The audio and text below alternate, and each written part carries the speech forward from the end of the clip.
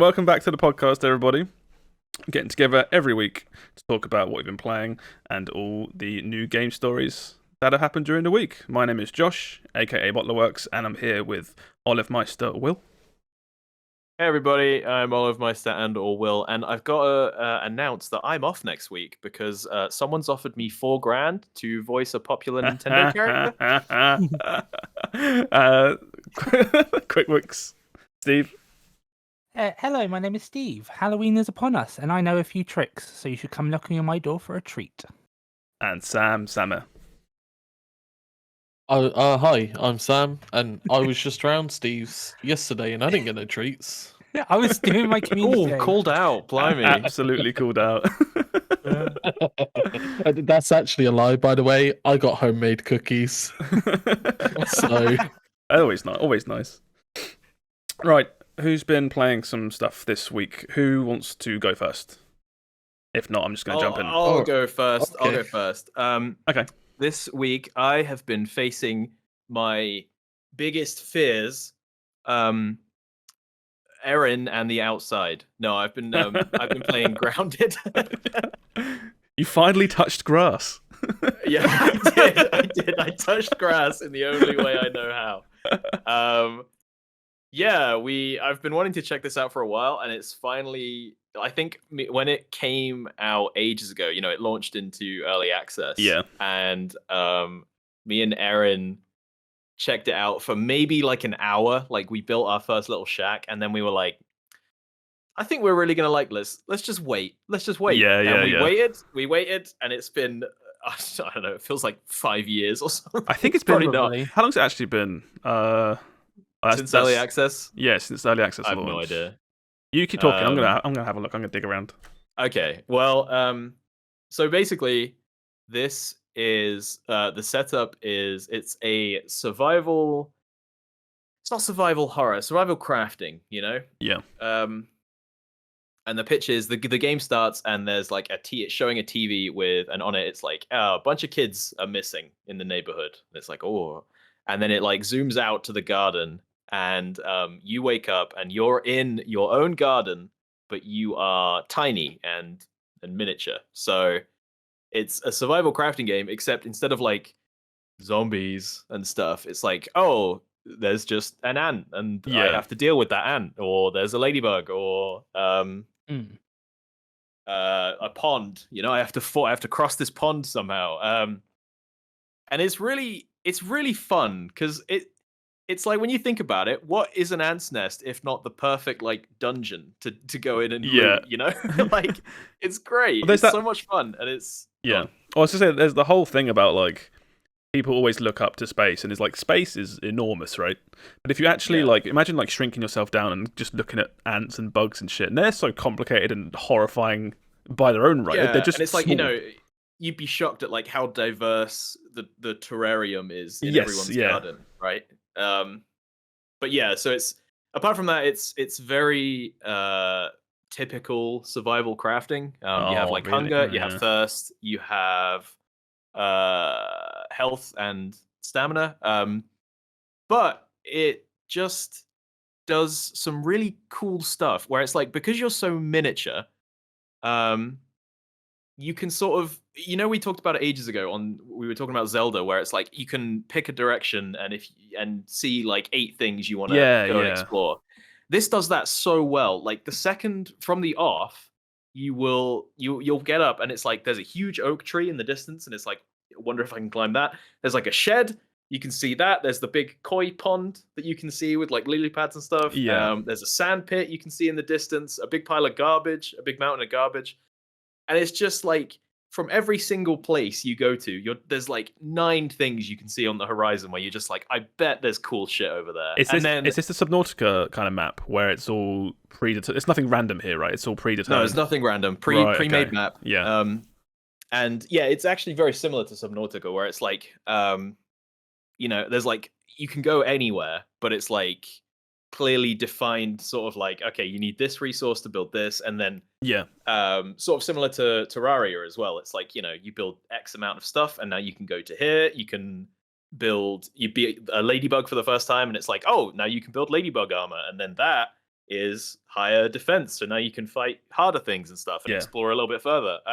They're almost like sort of keys to areas, but they're not like you never have to have these things. But basically, if you don't get better armor and stuff, you can't go over there. Really you can go over there now, but you basically can't. Sort of thing. Yeah, and you're always sort of like pushing out your like web of where you can explore, sort of thing. And if you ever run into something too hard, it's like, oh, okay, I'll go back to base. I'll dump all my stuff. Yeah. Figure out something else to do. I was going to say that's when I played it a while ago. That was the thing, was that combat was very. You'd be fine, then all of a sudden you run into something that would just absolutely decimate you. Yeah. So that's sort of So that's sort of jumping ahead a bit, but yes, I think the main problem with this game is it is way too hard for what it presents itself as. Like it looks like such a charming little survival crafting experience. It reminds me of like a Rare game, almost. I know what you mean by saying, you look at it, you can see it's being like a Rare game. Yeah. And it looks like it skews, like the characters are all sort of like, one-liner, sort of thing. Yeah. And you're just like running around, and there'll be little ants, and ants are kind of like dogs in this game. They just sort of chase you, and like they don't attack you. They're just like, hey, what's up? And then you see them like moving stuff about in the back, and it's like, oh, that's cute. That's really adorable. Oh, that's really cool. And then you run into your first wolf spider, and that will just fuck your day up. And it's just, it's so hard, this game. It's like you can they have like like I said, they have like tiers of armor and stuff, but it's like at some point you've got all your gear, and it's like, right, we have to fight something above our tier to get its stuff to build armor out of its stuff, you can see the progression in front of you. You know what you have to do. You just got to it's like, we have to kill this spider, we have to kill this mosquito or whatever, and then we can make its gear, and that'll make things easier. But it's like, but holy shit, we've had so many bits of this game where it's me and Aaron, and we're just like, is this what they want us to do? This is like, this is absurd. Like, and it's just it in some ways that's really cool, right? Because I think survival crafting games, like, they need the world to feel dangerous, otherwise it's like it gets kind of boring quite quickly. Otherwise surviving isn't hard. Isn't hard. Yeah, exactly. But this is like, we felt it just went too far in most spots, because the combat is not bad. It has this like block stamina system where it's like you can basically block any move if you have a shield, but it eats your stamina. It's like very Dark Souls, Yeah. And that works really well if it's one-on-one, but that's the problem with like insects. They're fucking everywhere. So it's like you'll be fighting one spider, and then you'll be like, oh, I've been hit in the back. Oh, there's like 4 more spiders just behind me. Can't escape third party. And then it's keep getting third partied. Yeah. And it's like, could we just have a fucking minute to kill one of you guys so we can get your stuff? So yeah, it's tough, because I think in some ways this is the best survival crafting game I've ever played. It's not without bugs. Wait, yeah, but it's so rewarding to explore this world. There's stuff you're finding constantly, and you're finding new resources and like hidden secrets and stuff just all the time. And it's great, because it's like you think about like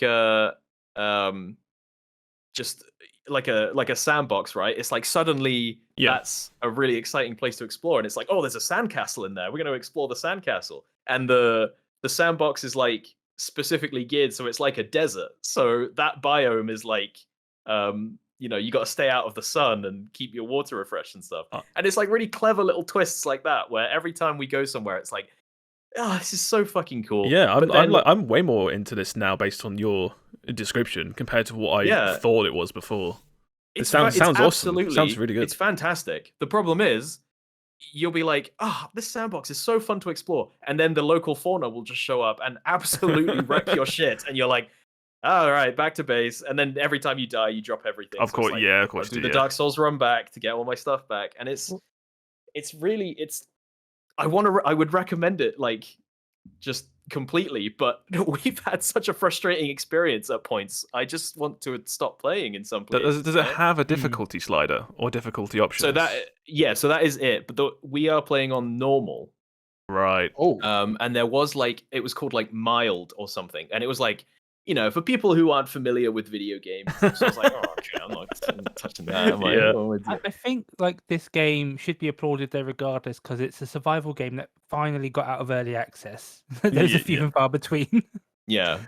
Yes. Yeah. And it has an ending, which I think that's what these games. The setup is you're just trying to get big again, which is enough of a hook. That's fine. And then as you're going, you're finding these little labs, which are kind of like mini dungeons, which is you'll be exploring a hedge, which is, it sounds so banal, but you're exploring a hedge, and then you'll be looking up at the hedge, and throughout all of the hedge, there's this overhead scientific tubes network, and you're oh, I gotta go and see what's in there. It's oh, it's so good at just hooking you to go and explore places. I think I'm gonna look at this. I think I'm gonna check this out. I would, but I think I can guess the ending already. You just get big, and then you go get some pesticide and just spray your garden down. Just burn the garden to the ground. No, because there's more.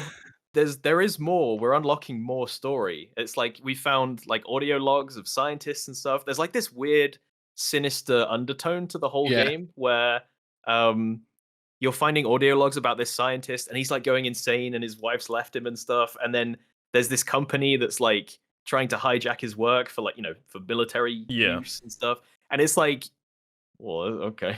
Have you played this, Sam?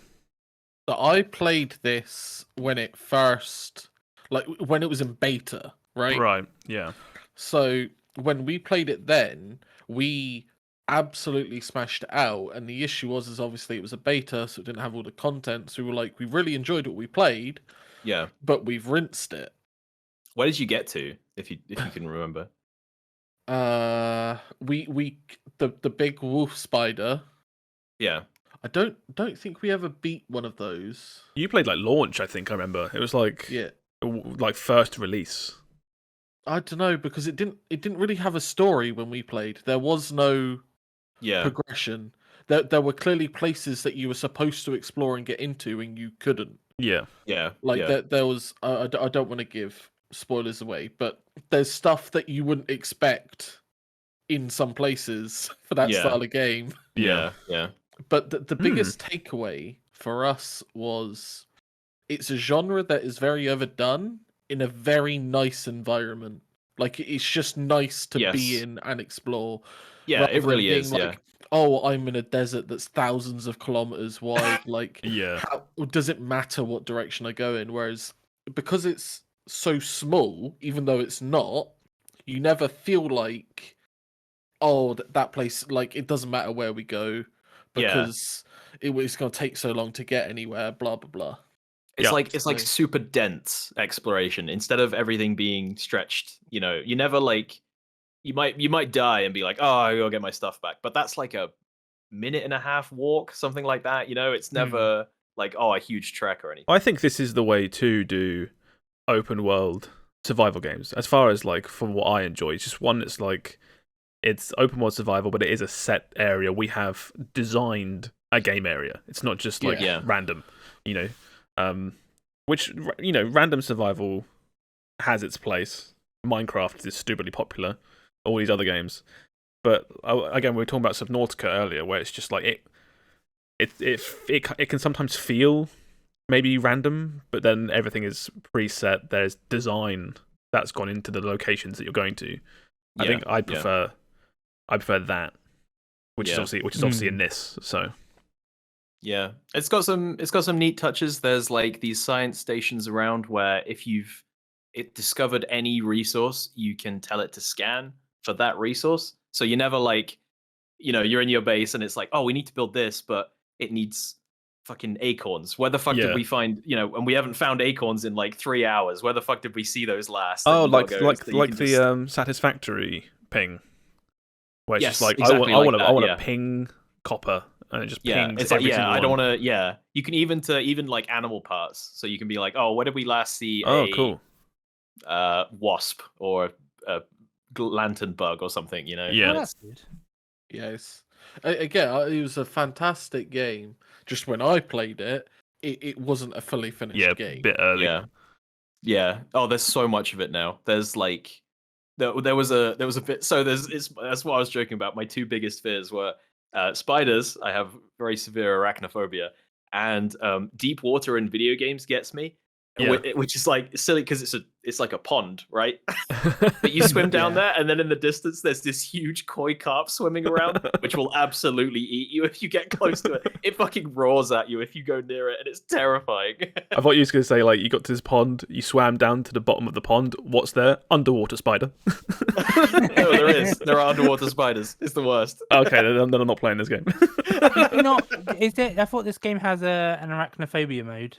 It does. It turns Yeah, them it into, does. like, just default models, I think, that aren't Yeah, Yeah, scary. you can turn them Nice. into blobs. Yeah. Yeah. Okay, I'll push this along, but have you got any final things you want to say about it quick?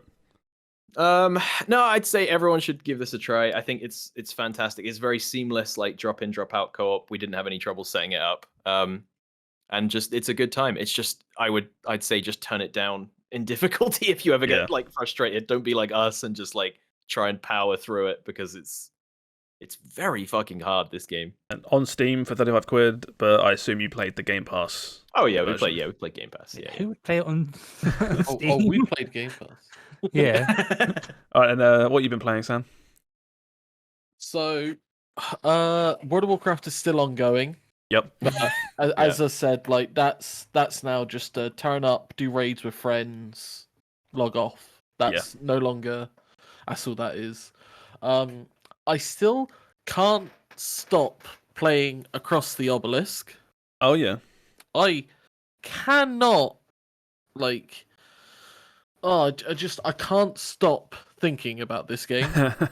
Like when I'm not playing it, I'm thinking of builds and character selections and stuff that I want to try out and do. Yeah. And I think I'm closing in on like 100 hours now. Wow. Damn. Nice. That's So, yeah, like, that's a lot. It's got a little bit of fatigue, I guess, when you play it single player. Yeah. Because you have to manage 4 people's decks at once. And sometimes you just want to be like, I just want to be one guy and micromanage that one guy. Yeah. But then if you're solo, you get to decide where you go, your entire team comp, blah, blah, blah. Yeah. So multiplayer and single player are 2 very different experiences. Yeah. But this game is fantastic. And if you have any interest in deck building card games, this is a must pick up to me. Yeah. I can't recommend this game enough. And the other game I played, which has only been yesterday and today, is Darktide. Oh. Darktide. Have any 3 of you played it? Yeah. I have not. I have done one match of it, one round of it. I got in, but then I was like, I saw it was only on for the weekend, and I was like, I would spend the entire time just downloading it, so I didn't. bother. Yeah. I've heard mixed things about this. Most of it good, but there's a few iffy bits I've heard. But I'll let you go for it. It's very easy to outline the issues. Unless you're on a 4090, it doesn't look good. I can't get above 20 FPS, and that's really jarring. Now I know I'm on a 1050 Ti, but I can run virtually every other bloody game out at the moment and still hit 60.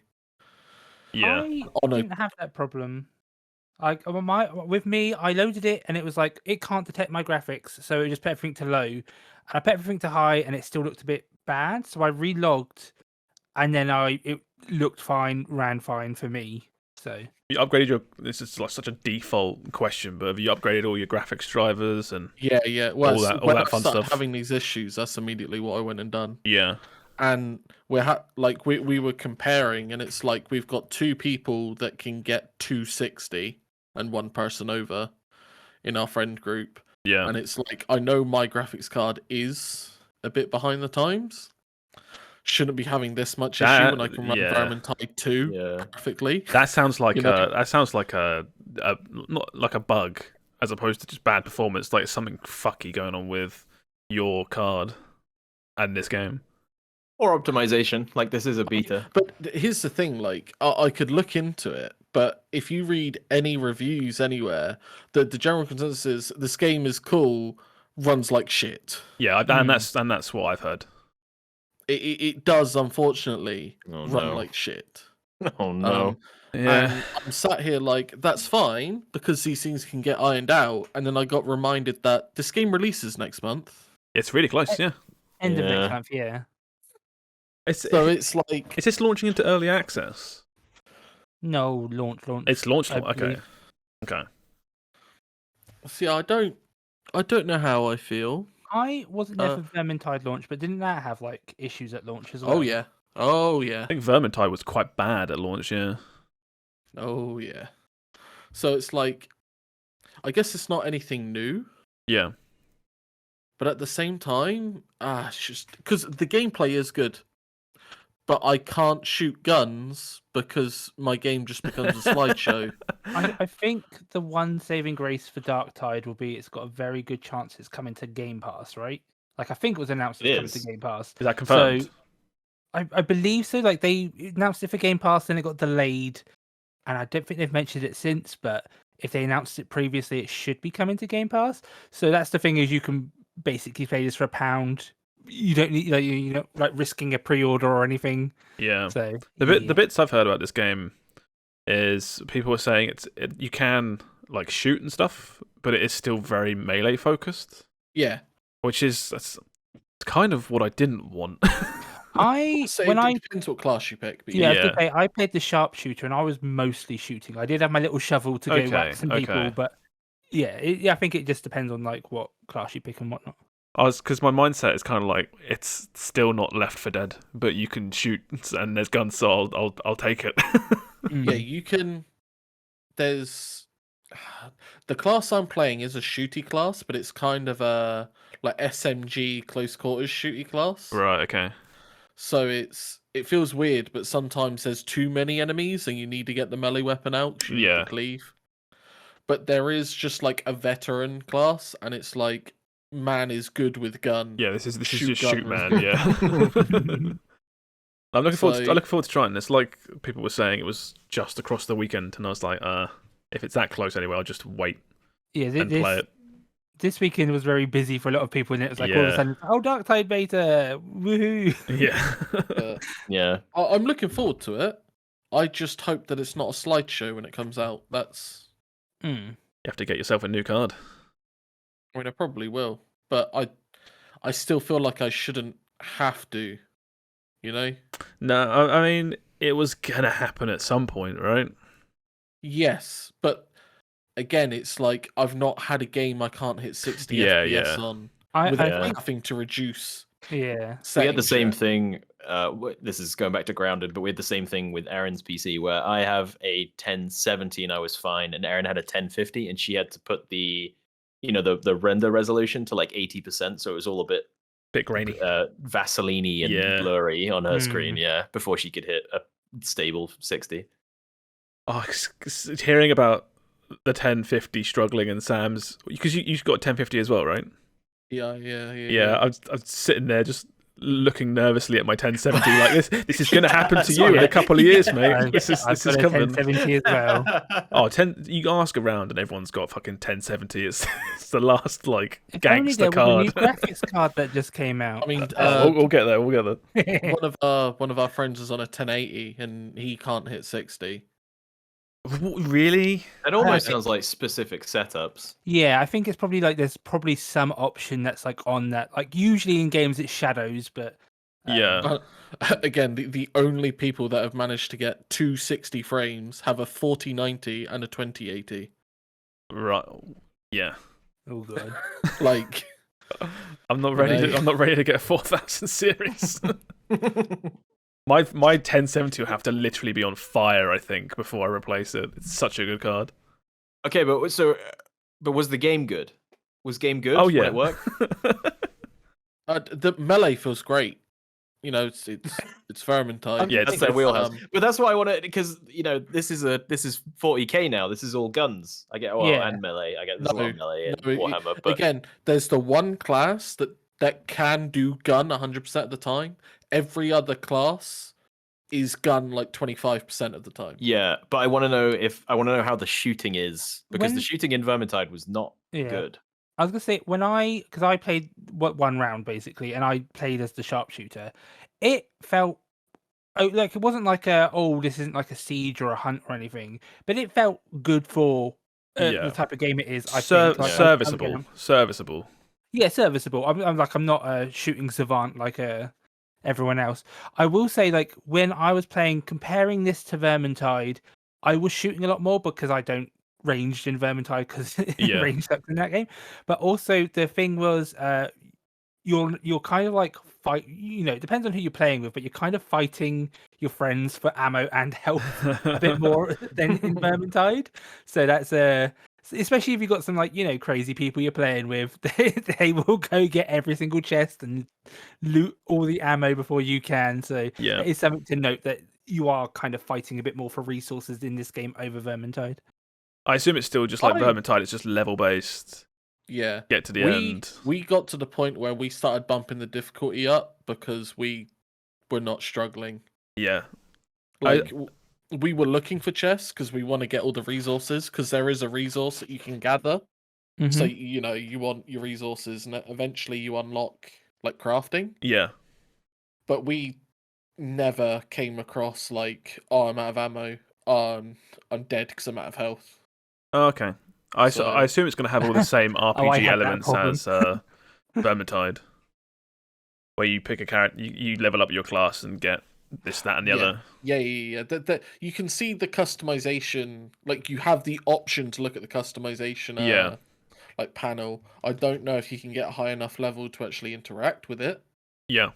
But the nice thing about this game is, as well, is when you first boot up, you create your own character. You're not playing one of like a pre-made. Oh, okay. Yeah. Oh, so it's not like set characters. Yeah, I didn't know that. I did not know that. Oh, I don't know. Oh, Steve's line again. No. When I classes, and it's like, when you've got options in quotation marks where it's like, where did you come from, and it gives you a backstory. Yeah. And what planet did you come from? All it is that one line of text. It has no influence. Oh, the whole like Mass Effect, Commander Shepard.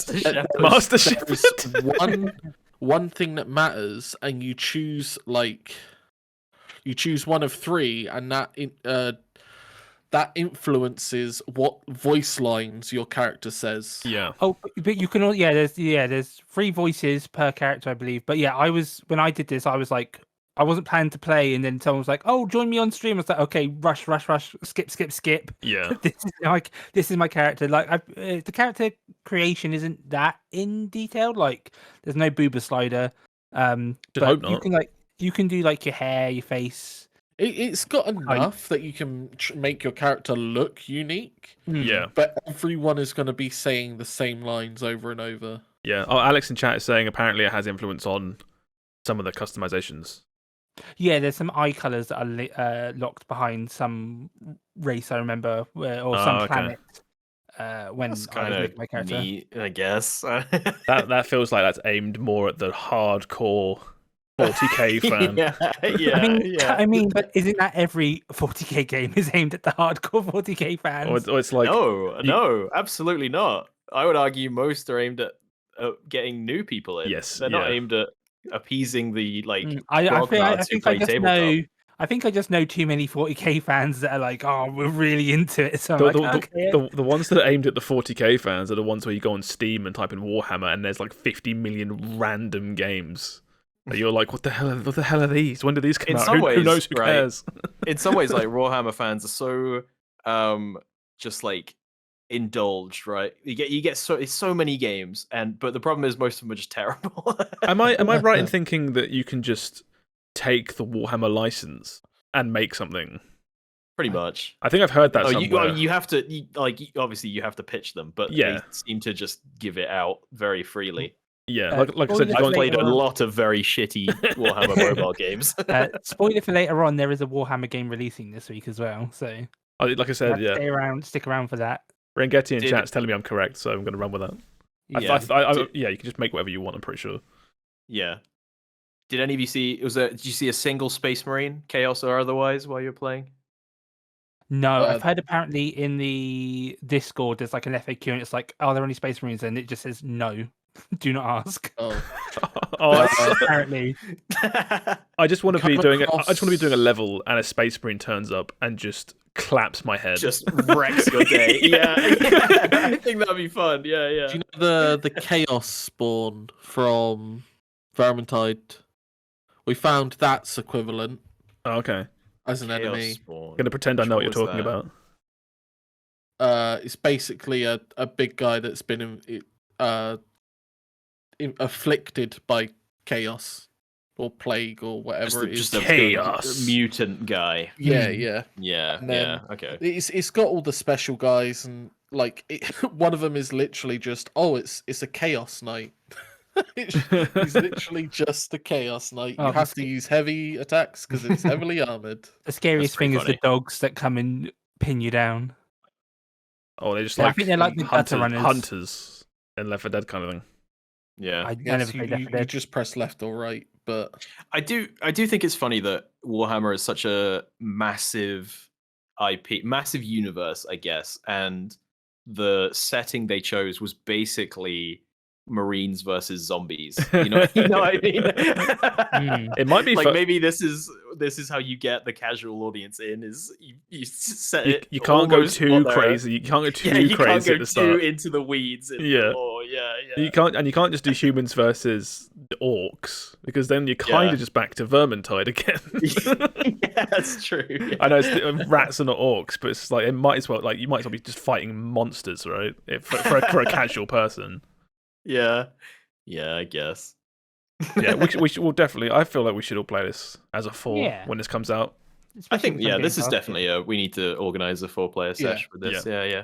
All right, I'll push this along then. You got any final things you want to say about it before we move on? Nah, game was fun to play. I just wish it wasn't a slideshow. That was all. Hopefully they fix it before launch. What have you been doing, Steve? I have been playing Dead by Daylight. Oh, you poor thing! I'm so sorry. 2013's hottest multiplayer game. Well, that's the thing is when I first thought of it, because I was like, I want to play some Halloweeny stuff. It's like, oh, Dead by Daylight, that'd be fun to try get some people. And then I was like, wait, but playing as the survivor sucks. And I was like, wait, if I go in solo, I can be the killers. Yes, which I've never done before. And I was like, okay, do you know what? I'm going to go in solo. I'm going to play this multiplayer game that I've always associated in my head as like play with people, and I'm going to go in solo. And I have been having a riot playing as the killers. Yeah. It's on sale at the moment because it's October and everything in the game is like 50% off, so you can get the killers quite cheap. So I bought a bunch, and it's been just like a lot of fun. There's been a couple type matches. No, there's been one match which I was like, oh, bullshit, where people were hiding in the cupboards, and they had I pull one out, and then their friend would pop out the cupboard, flashlight me, and then they'd both go back in the cupboards, and I'm like, I can't do anything. I watched that live. It was painful. It was painful, but I was gonna say it's playing as the killers in that game is a lot of fun. Like I get really into it, especially if I'm streaming it. I go creepy, and I wish the game had VoIP so the other people could hear me. But like the killers are very like the survivors. As far as I know, they all just play the same. You get like the passive perks, but any survivor can have any perk if you like level them up. But the killers are all very like play very differently, and it's been a lot of fun. Like I think I've got like 12-15 characters, and I've like systematically been going through it. I think I've played them all today. Like I finished off playing each one today. I still got some more to get, but it's a lot of fun just like hunting people down, because I was like, I want to be the scary one for like a Halloween game. And yeah, it's been a lot of fun. I'd say there's a couple of times where it's like the survivors are very good, and they can they do well, but I give it my best, and I can maybe kill one or two of them. Yeah. But oftentimes I'm still at the MMR where I'm like, oh, I'm doing pretty well, Yeah. I will say, like, comparing this, because I played another game called In Silence last week, with friends. That was me and 6 people, and it's sort of similar. The one thing that makes me sad about Dead by Daylight is that for the survivors, it's literally just going around repairing the generators, and that's like their only objective. Yeah. Whereas like when I played In Silence, that game it's a similar concept, but it's like the one monster is like completely blind, and the survivors, they have to either go around looking for clues to open a weapons chest to then shoot down the monster, or they have to go around looking for car parts. Like it was like a bit more interesting hunting around for parts to then try escape, rather than just be like, oh, I'm going to this generator and doing skill checks, like pressing spacebar at the right time, otherwise it fails and makes a Or noise. like Will was joking, obviously, about like, hottest game from 2013, but this game is it's very old now, and I don't think they ever intended it to become the powerhouse that it did end up being. Yeah, because it's the Smash Bros of horror franchises. Yeah, it never started that way. All the first killers in the game weren't licensed at all. Whereas now you're at the point where basically every other killer is licensed. Well, most of them, I think. I'm not well, I say that as just Wesker from Resident Evil. Yeah, you got Wesker. There's Pyramid Head from Silent Hill. You've got basically every single horror movie villain is now in the game. Basically, Freddy Krueger. Not every. There's still some that are not in. Like most of the big ones are there. Most of the big ones, yeah. But there's still like plenty. Like It's not in here. Pennywise.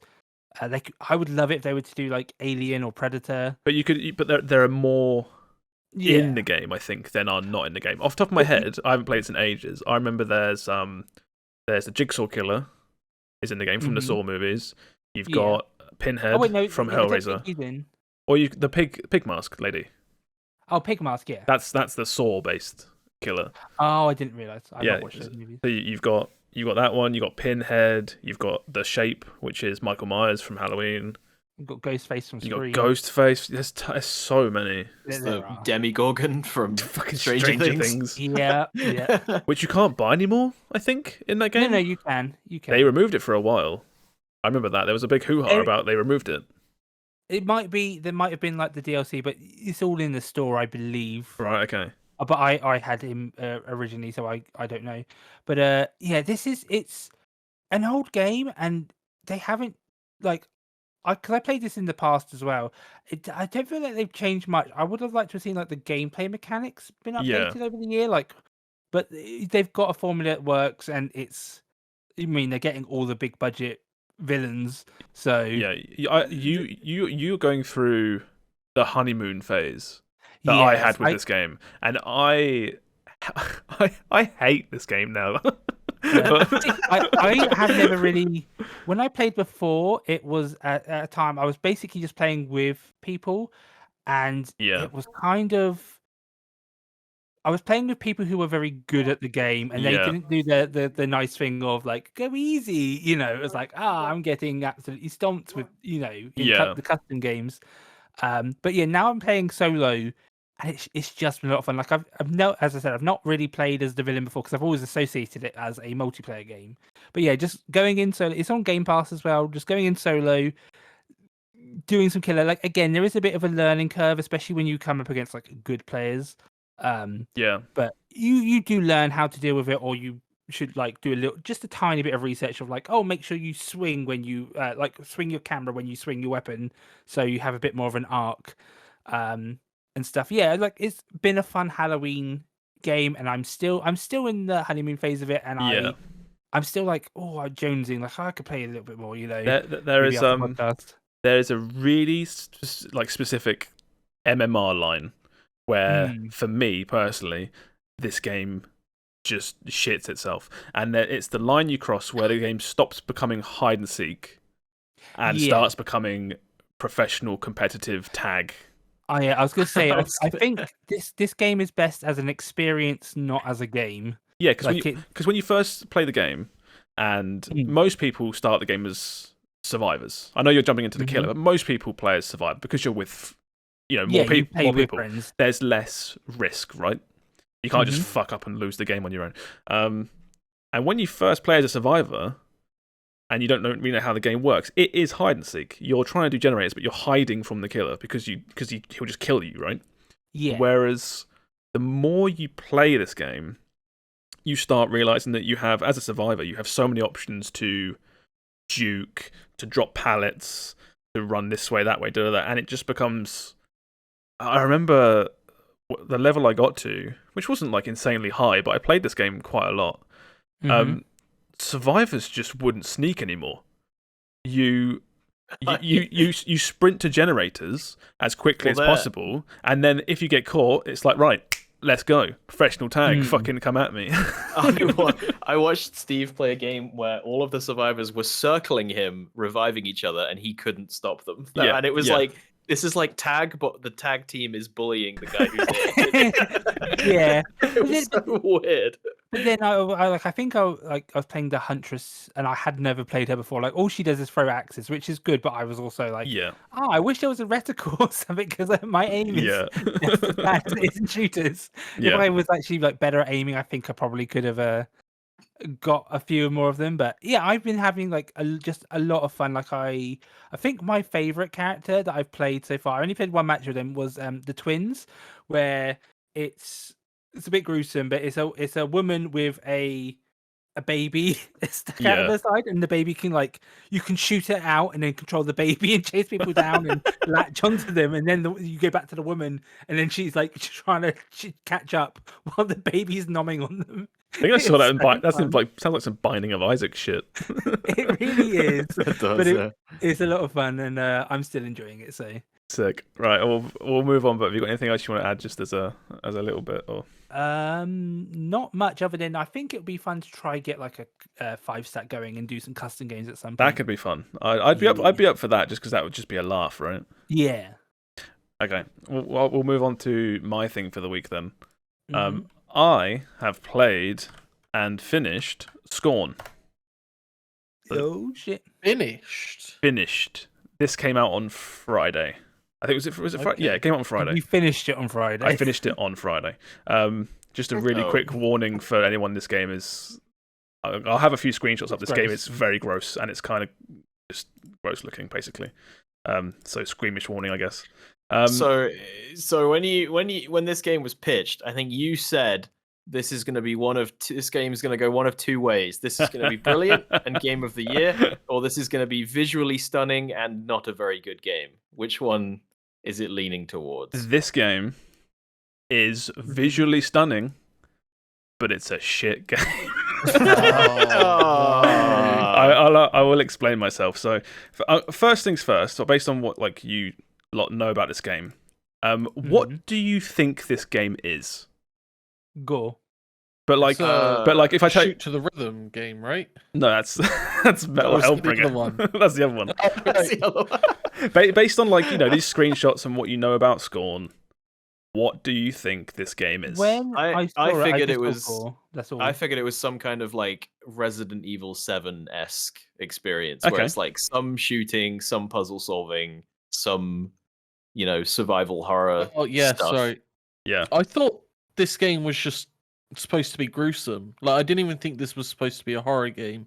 It was just supposed to be really gruesome. So this game is a puzzle game through and through. It is. There's a gun here on the screen. You have a gun for maybe like half the game, but a shooter game. This is not. This is a lot of people have seen make the comparison. I haven't played this game, but if you ever heard of the older games Myst, where they're like what? Really? Yes. So this game is you. Okay, I'm going to break this down. I'm going to keep a concise thing. Okay, so first things first, the good bits. The game looks stunning. It's fucking gross. It's vile. But it completely nails the aesthetic that it's going for. And it looks great. It looks amazing. Like, look at this weird shit here. Like, what is this thing? Yeah. Who cares? It looks awesome. Yeah. And it's not scary. Like, it's a horror game, but it's not scary in its light. It's just gross. Like, there's no jump scares. There's no tension building and release of like music or visuals. It's just you walk around this world and it's just vile. That's about where the good stuff ends. The game itself. no. So as I said, you start this game, you wake up, you are a character that's been dubbed by people as Scorn Guy, and you don't know kind of like why you're doing what you do, right? You just know that you have to. You just progress, I guess, for the sake of progressing. You have to rip and tear, Josh. Yeah, you have to rip and tear. But it's like, but progressing with no reason is fine, just because the world is so interesting. I'm like, I'll wander through without any reason. I don't care. It looks all cool. But it's a puzzle game. So you walk along and you go to the big part of the game, and it's a big open area, and there's a whole bunch of stuff to do, a whole bunch of mechanisms and levers and pulleys, and there's no tutorials, and you're just like, what am I supposed to do? So you just kind of wander around until you solve the puzzle. And I've done a lot of like research and looking around people's opinions on this. A lot of people have just quit the game at the first puzzle. It goes from 0 to 100 quite quickly with puzzles. And it's like, do this to do that, to solve this, to push that here, to do this. And some people are just like, this is not what I thought it was. I'm out. Yeah. But yeah, so you wander through this world, solving puzzles as you go through. Eventually you get a gun to shoot the odd enemy. But it's kind of, you can just sort of run past them, and you have next to no bullets. And they kill you in like 1 or 2 hits, and the checkpoint system is really bad. So if you die, you go all the way back. So I'm just going to run past these enemies. And you solve puzzles to make it through this gross world. And that's the game, basically. Again, I think my problems with it is the puzzles are a bit, what's the word? Like convoluted. Again, there's no tutorials or anything, so sometimes it's just like, what am I doing here? And the visual design is a bit confusing. You don't really know how to do this puzzle. I struggled on a couple, but I worked my way through it. And the shooting is kind of jank. Shooting feels a bit, I guess, almost like indie-like. Is it like, are you just sort of like pulling levers to see what happens, Yeah, and then figuring it out as you go, sort of thing? Is it presented with like, oh, I have to cross this bridge and I have to find a way to make it lower or something? Or is it just like, you don't know, you're just messing with stuff until stuff happens? That's basically it. It's like the first area, there's a big door, and there's 2 levers, and you can't do both of them at the same time, but you need them both at the same time. So that's your first problem. There's bits later where it's like, usually it's like that. Like I just said, it's like normally it's a big door, and it's like, how are you going to open this big door? So you solve the puzzles in this somewhat. Some areas are open, some aren't. It's quite linear. Sometimes it opens up a little bit, but yeah, like I said, the puzzles are a bit sort of obtuse. The shooting's not really anything. There's like hardly any shooting really. Trying to think what else there is to really talk about. That's kind of it. The reason I say it's kind of like a bad game is because I had a few parts in that game that really pissed me off. That have kind of stuck with me. I got soft locked twice whilst playing this game, and the checkpoint system is really not lenient. It takes you back like sometimes like 20 minutes. And I was like, that's really annoying. The first one was, this game has, I would consider, one boss towards the end, and it smacked me through a gate that was supposed to go down after you kill the boss. So I was just stuck on the wrong side of this gate until I reloaded. And the other one was the second one. This one annoyed me a hell of a lot more. Towards the end of the game, there's a mechanic where you can't use your hands, so you can't use levers, right? Mm-hmm. But you can use this machine that basically mutilates your hands for a second, so you can use them for like, you can use your hands for like 10, 15 seconds. But every time you do that, you take damage.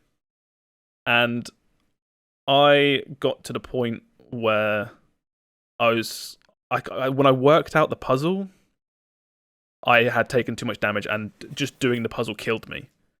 And it reloaded the game, and it gave me I didn't have enough health to do this puzzle. Right. Basically, I'd solved the puzzle, but to do the puzzle, I had to take damage, and that damage would kill me.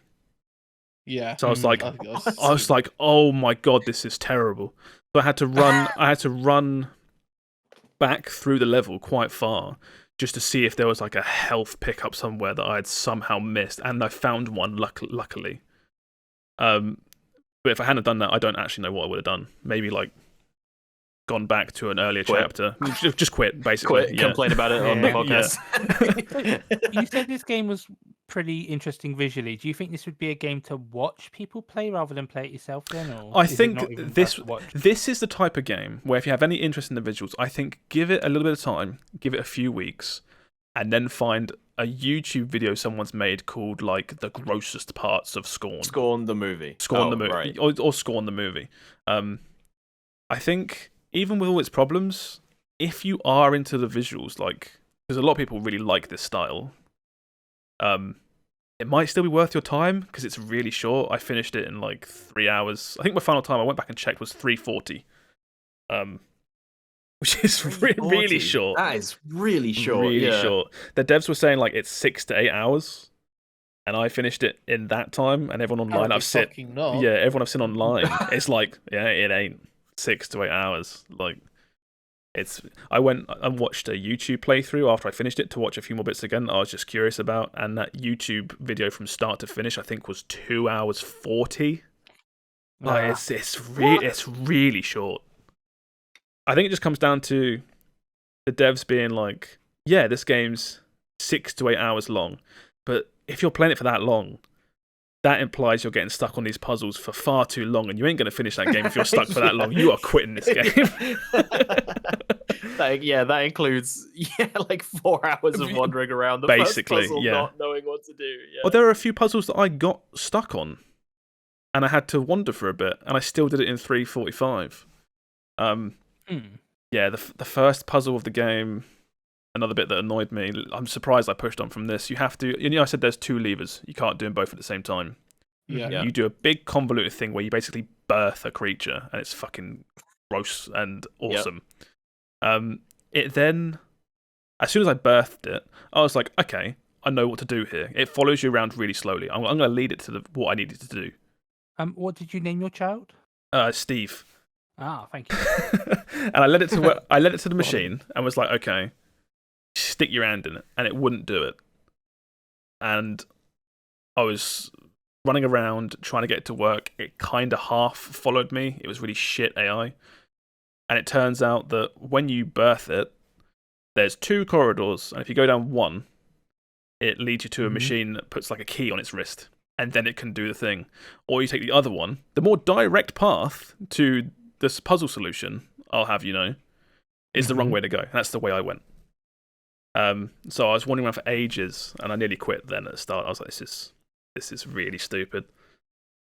And I just a bit upset, really. I was really excited for this. Okay. And it just turned out, That was the Halloween. That was the October game. That was like the Halloween game that I know a lot of people were like, "Oh, that's gonna be the."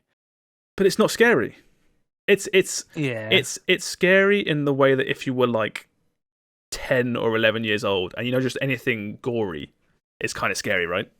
But like as an adult that has seen lots of horror movies, and now horror movies now are so vile anyway.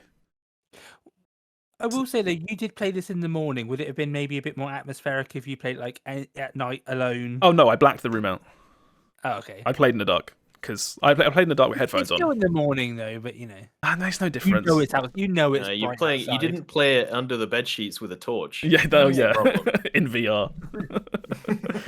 But yeah, so I like I said, I still think there's something here. Perhaps people that like the art style, but yeah, it's just this is I think one of the biggest disappointments in a while, because I was kind of ready for it to maybe not be great.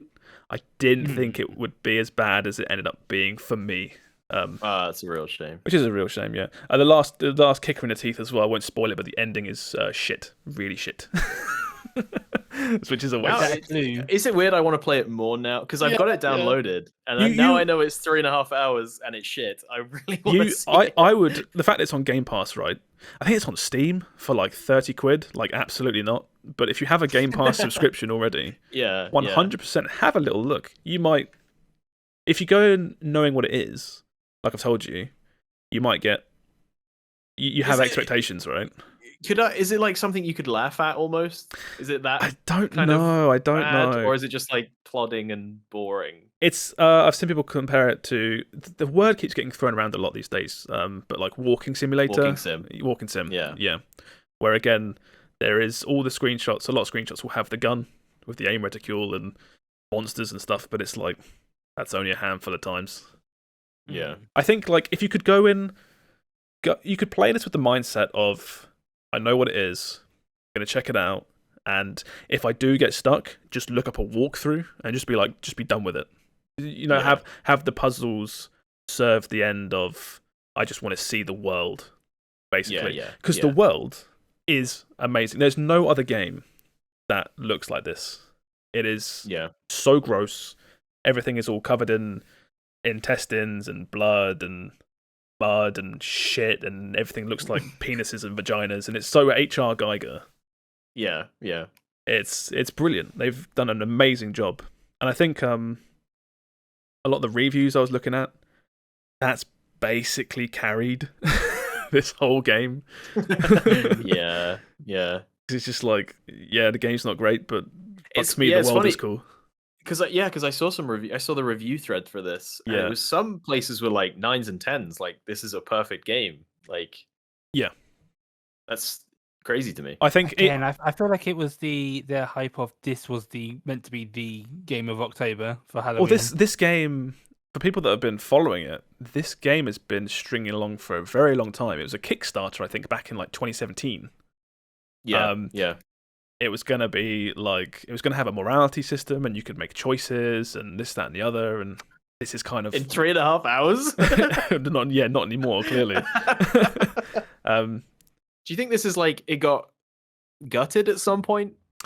I don't know how I don't know how big the team is that made this. I should look that up. But this definitely feels like, when you first make plans to do something, you're like, I'm going to do this, I'm going to do that. It's going to be great, and then you actually like. At some point, you have to rein it in, right? And you're like, look, we are 4 people, maybe. I don't know how big they are. But, we are like a handful of people. We cannot make this original vision. But, like you say, knowing what it is, you could go in and possibly have like a good time. It won't be a fun time, because the game doesn't facilitate that sort of... It's not that type of experience. You walk around, you look at gross shit. And... You either like that or you don't, right? That's a real shame. Yeah. It feels like they had such a strong art style, but they needed just like game people to come in and be like, all right, okay, we're gonna make a game out of this now. Okay, you guys can go and play golf or whatever the fuck. We're gonna finish this off. They hired every single role except for game designer. Do you think they could have played golf in this game and that would have been better, or maybe? There's some real I'm on the Kickstarter page. This was for Scorn Part 1 of 2, by the way. Yeah. I don't know. Yes, it's going to be 2 games at one point. Yeah, I know that. Yeah. We've got some stuff here like creature behavior. Yeah, that's not in the game. Okay. Inventory and ammo management. It's not in the game. There's an inventory, and there are, like in Half-Life, there are boxes on the walls where you get like health and armor from. That's what's in the game, basically. Right. Okay. Full body awareness. I don't know what this is. Just I don't know what that means. That is in the game. I think that just means you can look down and see your legs. Yep. Okay. Yep. Because there's without spoiling too much, there is like a thing in the game where you have like a parasite. And it does shit to you as you get further in the game, basically, and that's kind of cool. But I put that that's in the category of gross aesthetic shit, right? That's the bit I love about the game. It's not gameplay. Yeah, I've got nothing else to really say. Really. That's very disappointing. Yeah, kind of wanted more, but There we go. I was kind of like holding off saying any of this in Discord because I think Steve knows this as well. Like, there are tons of people that were really excited for this. Yeah. I've seen like Rick is streaming it on Tuesday, and a few other people were like, "Yeah, Scorn, yeah," and then I finished it like 3 hours after it came out, and I was like, "Oh God, can't tell anyone that it's not very good." But yeah, we'll move on from that. Right, so that's all the games done for the week. We do have another question this week. Let me gooch through these and find it. Get past Scorn guy. I like this. I like this question. This was from Ted on YouTube. I think it was YouTube. It was a YouTube comment. Teddy Ward, right? Teddy Ward, yeah. This is pre-orders that you had to get a copy of / searching for a game. So is there ever like a point where you missed a pre-order and had to go fucking searching for it? Or is there something you remember that was so popular that you had to pre-order it or you wouldn't get it? I've got two for this. I had to Kickstarter Scorn. It cost me £250, and I got a limited edition Scorn guy figurine. Scorn guy figurine, yeah. Rip and tear Scorn guy. The only things that I can remember really would be collector's editions of games because no game is really that difficult to find. Fire Emblem, the Fates, the one I wanted the collector's edition of that because that was 3 games in one, and it was on one cart. And if not, you'd have to buy the 2 individual games, and then you'd have to download the third version of it. Speaking of which, that is going away soon because of the Nintendo eShop closing down in March. So if you want that, you better grab it. Thanks, Nintendo. But yeah, it's mostly just been like Guild Wars 2 Collector's Edition was quite hard to get. I had to get that from Zavi, I believe. That was like a... Oh, fuck, Zavi. They're not still around, are they? No, but that was like the only place I could get that, and that was like an ordeal. Did Zavi buy out Virgin Media's like games department or something? Once. It was like HMV, Virgin, and Zavi all had like a 3-way rumble, right? And then someone is still around. I don't know. HMV are somehow still around. You go in there. They're big shops that just sell Funko Pops, basically. Yeah, what is it? Have you been in a game recently? It's horrifying. Oh, you're not wrong yet. But yeah, it's mostly just been collector's editions of games, which I don't even buy anymore because digital deluxe editions are superior. So. Yeah, I remember.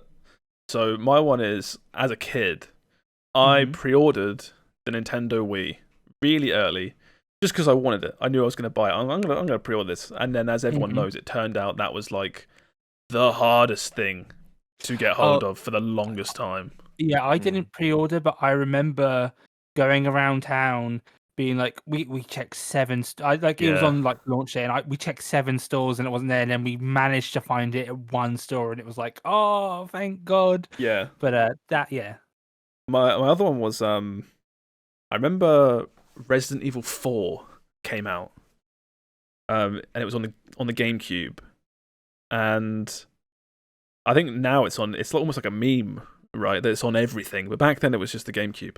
And me and my dad got in the car. We were like, okay, we're just going to go around and find a copy of this and buy it and play it. We couldn't find it anywhere. Everywhere we went to, it was completely sold out. And I just remember we never got it. We had to wait ages till we could get it because we just looked everywhere and couldn't find it. It's not a game, but it's game adjacent. When Amiibo first came out, I was only planning to get 1 or 2, but my nan very kindly got me like for my birthday the first like wave of it. So ever since then, I was like, I've got to get all the Smash ones at least.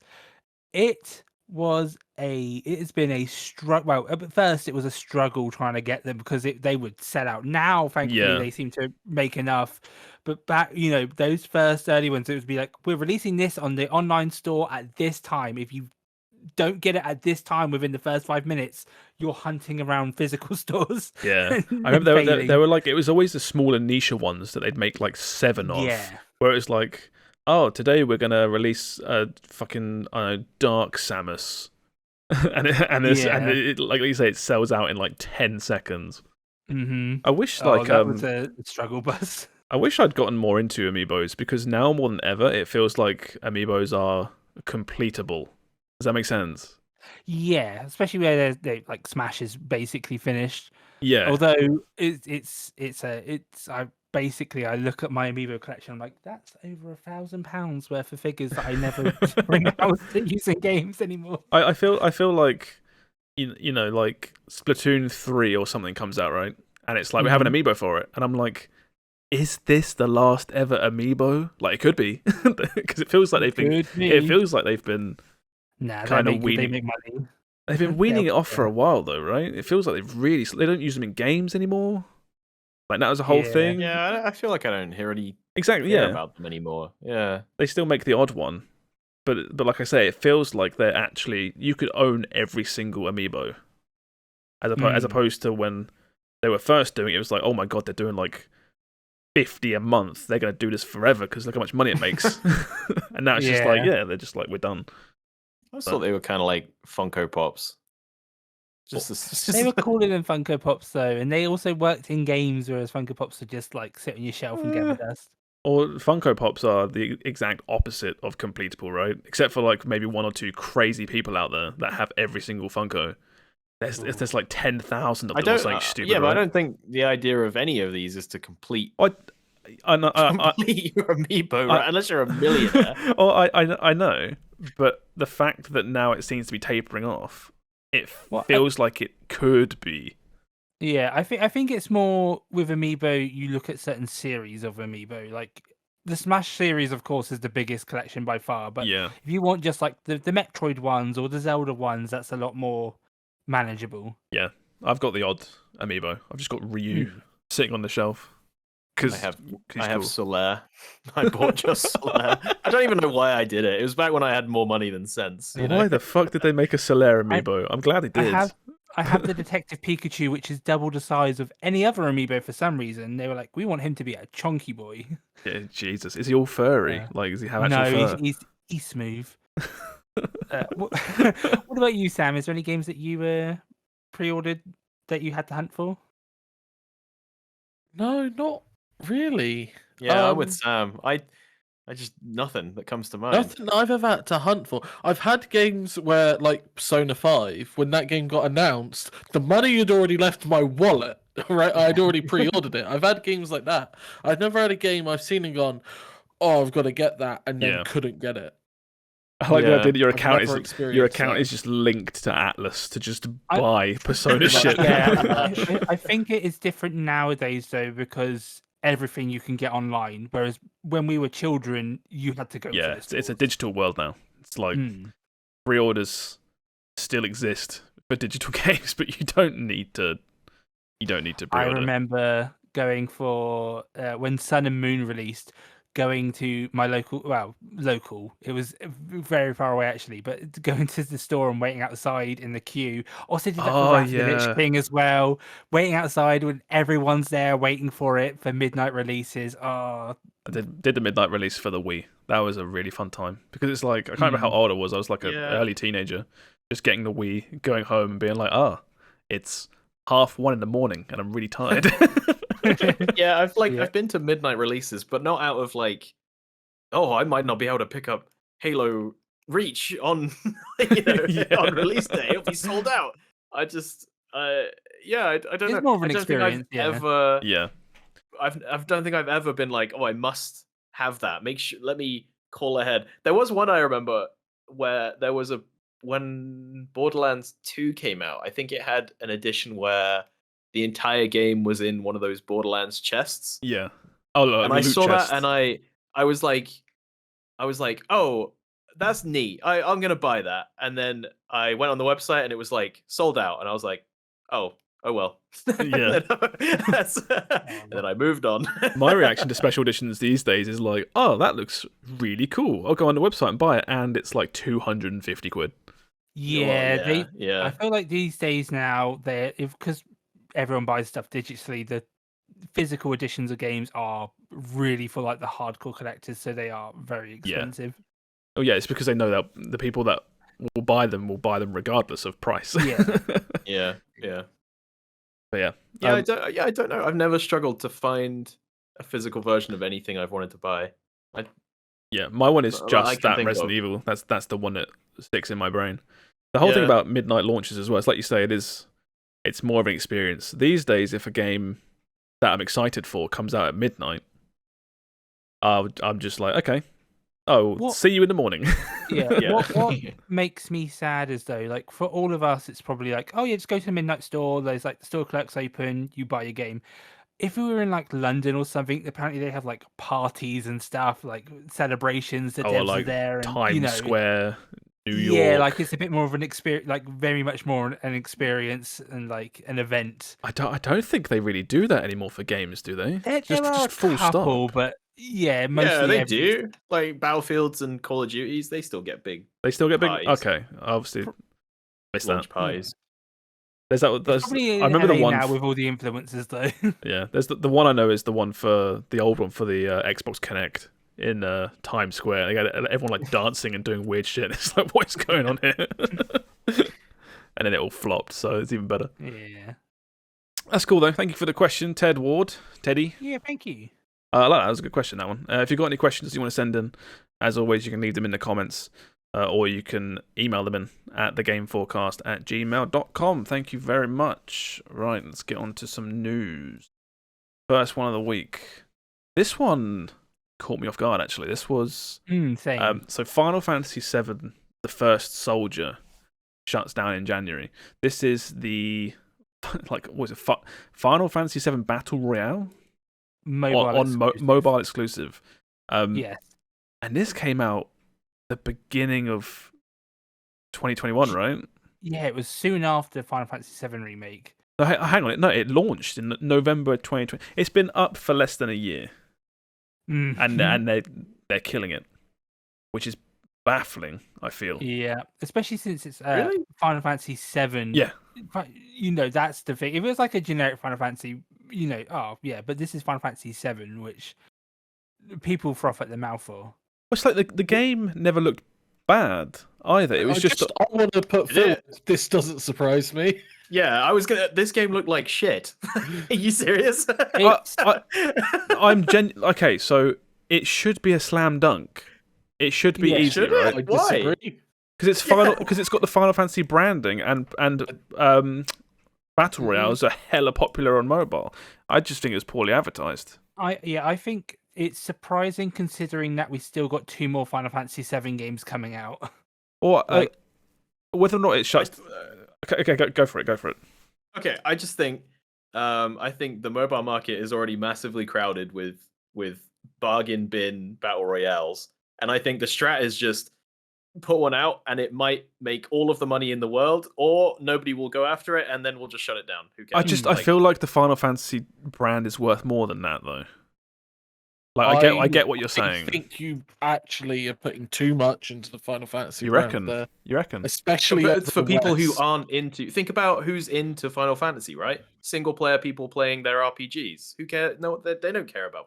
Okay. So another outcome to this that I'm surprised didn't happen first is I'm surprised it didn't get any last minute just port to Switch or Steam or something just to chuck it out there.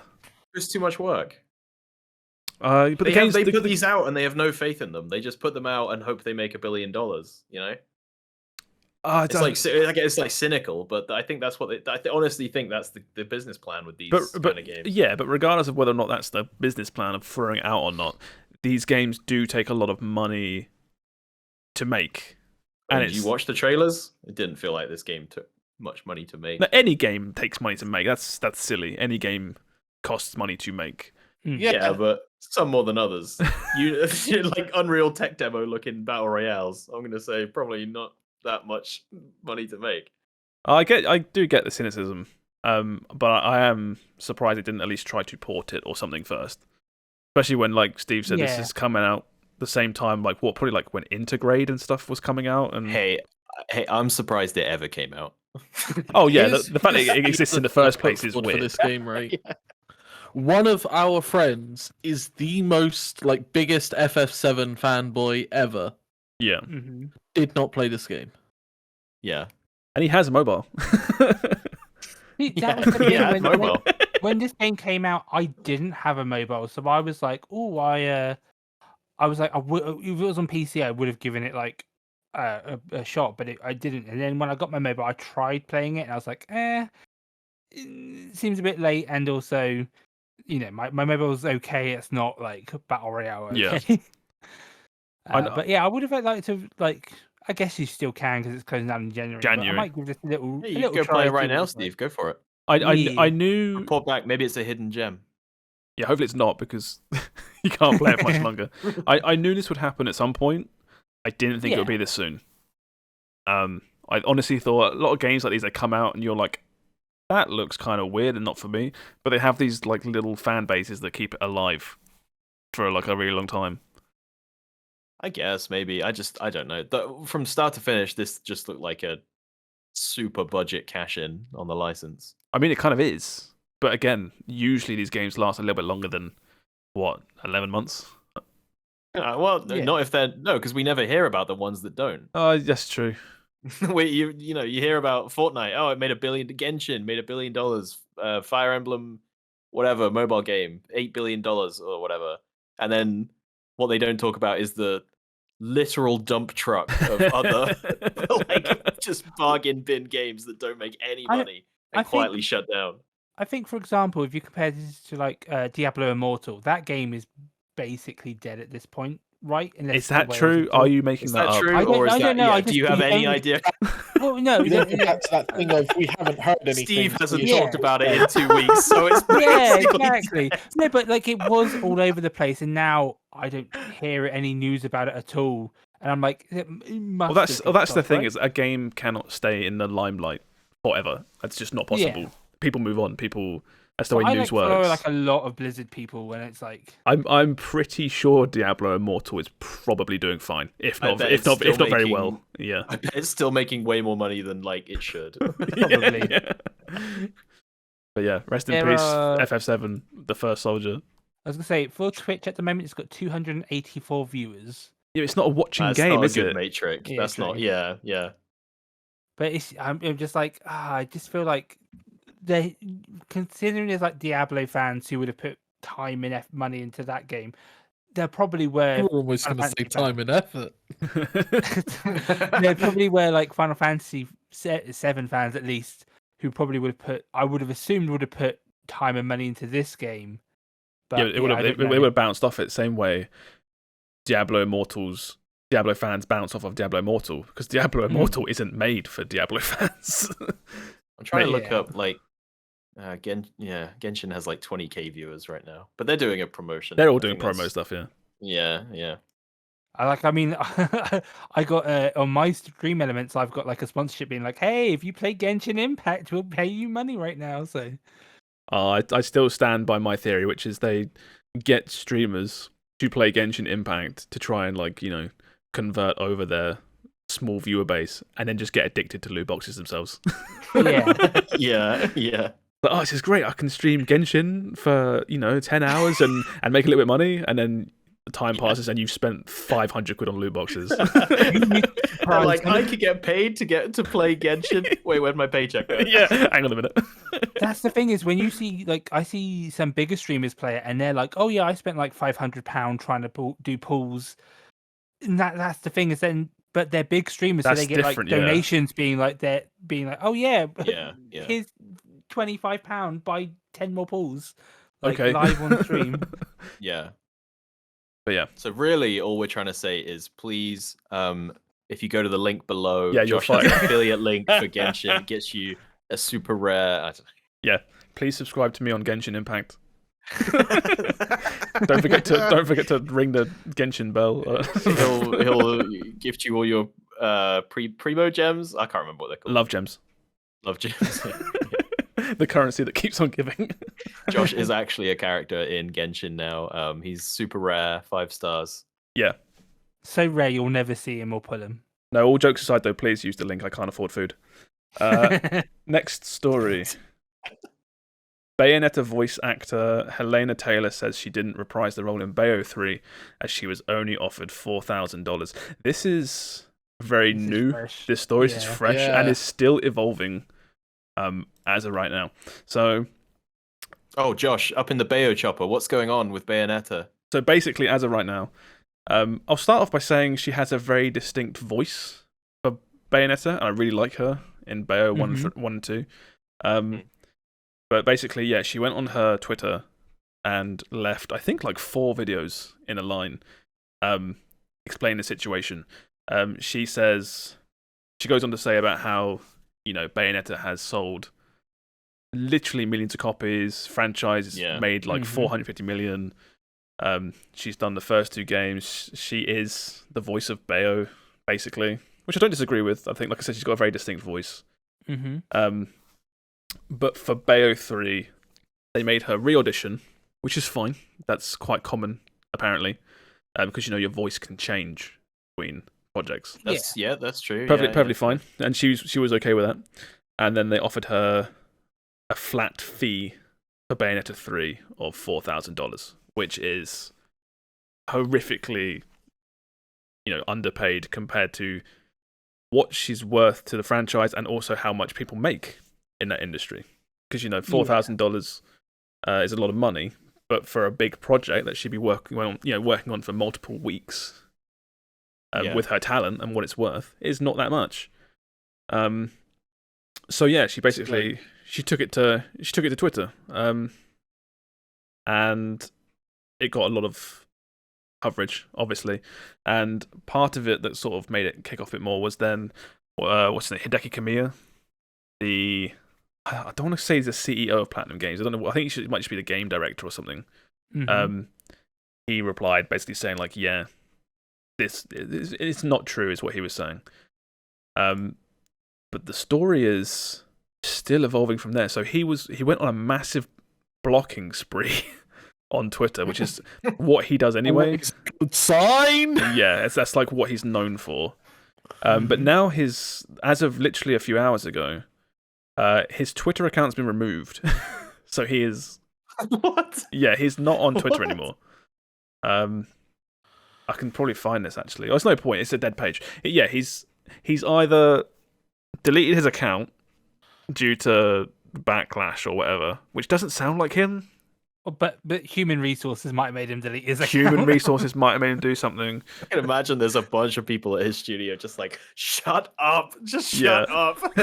Well, I was talking to Laura about this as well, and she said she's read a lot of his tweets in the past, and he can, when he starts blocking people, he can get quite like in it. He does start like slinging around words and being horrible and this, that, and the other. And if he's doing a whole bunch of that all at the same time, all very quickly, he might have gotten banned for, I guess, like hate speech or like.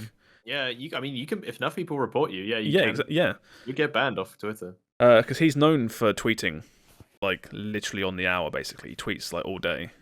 Yeah. But yeah, so that's where this story is currently, and like people are saying, it's all kind of gross. Really, it's just pay people properly.